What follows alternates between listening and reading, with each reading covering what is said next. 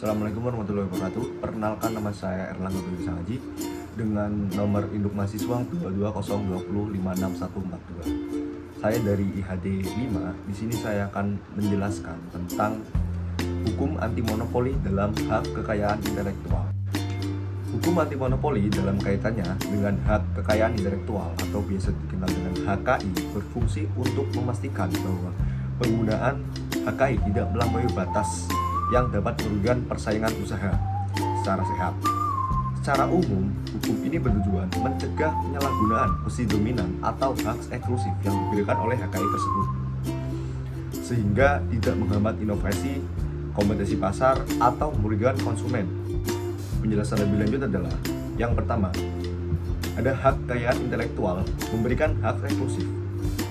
HKI seperti hak cipta, hak paten, dan merek dagang memberikan hak eksklusif kepada pemegang untuk mengontrol penggunaan, produksi, atau distribusi karya untuk penemuan mereka.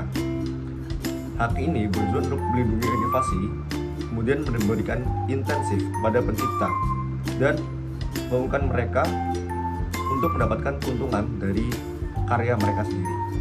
Kemudian yang kedua, potensi monopoli dalam HKI. Karena sifat eksklusif dari HKI itu sendiri, ada potensi bagi pemegang HKI untuk menciptakan monopoli di pasar. Contohnya, pemegang paten teknologi penting dapat membatasi atau mengendalikan akses teknologi tersebut yang dapat mengurangi persaingan dan meningkatkan harga. Kemudian, batasan hukum anti monopoli itu bagaimana? Hukum anti monopoli bertujuan untuk menyeimbangkan pasar. Beberapa aturan utama meliputi, yang pertama, penyalahgunaan hak. Pemegang HKI tidak diperbolehkan menggunakan haknya untuk memasarkan kesepakatan yang merugikan, seperti menetapkan harga yang tidak wajar atau memaksakan kontrak lisensi eksklusif yang membatasi kompetisi. Kemudian, larangan praktik anti kompetitif. Contohnya, termasuk perjanjian antar perusahaan untuk membagi pasar berdasarkan wilayah menggunakan HKI, atau penundaan masuk produk generik ke pasar dengan memanfaatkan hak paten farmasi. Kemudian, penegakan peraturan lisensi. Lisensi HKI harus diberikan secara adil, terutama jika teknologi atau produk yang dilindungi sangat penting bagi industri atau masyarakat tersebut sendiri. Kemudian, peran pemerintah dan pengadilan. Bagaimana peran pemerintah dan pengadilan? Pemerintah dan pengadilan memiliki peran penting dalam pengawasan HKI. Yang pertama, ada Komisi Pengawasan Persaingan Usaha atau biasa disebut dengan KPPU.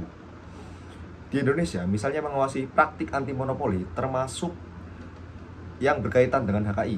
Kemudian ada pengadilan dapat menilai apakah penggunaan HKI terlalu melanggar prinsip persaingan usaha yang sehat, seperti dalam kasus penyalahgunaan hak paten untuk menghambat inovasi persaingan.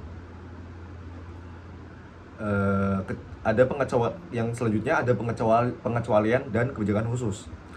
Beberapa negara memberlakukan pengecualian dalam hukum HKI untuk mendorong inovasi dan akses masyarakat. Seperti yang pertama, lisensi wajib. Pemerintah dapat memberikan izin kepada pihak lain untuk menggunakan paten tertentu tanpa persetujuan pemegang jika diperlukan untuk kepentingan publik. Kemudian ada batas waktu perlindungan HKI. Hak eksklusif memiliki durasi terbatas. Setelah itu, karya atau penemuan masuk ke domain publik dan dapat digunakan oleh siapa saja atau secara umum. Jadi kesimpulannya adalah hukum anti monopoli dalam HKI adalah alat untuk menjaga keseimbangan antara perlindungan hak cipta, hak eksklusif, dan persaingan secara sehat. Dengan regulasi yang tepat, hukum ini memastikan bahwa HKI mendorong inovasi tanpa mengorbankan keadilan, aksesibilitas, dan kemajuan ekonomi secara keseluruhan. Mungkin terima kasih materi yang dapat saya paparkan. Kurang lebihnya mohon dimaafkan. Saya Yahri. Wassalamualaikum warahmatullahi wabarakatuh.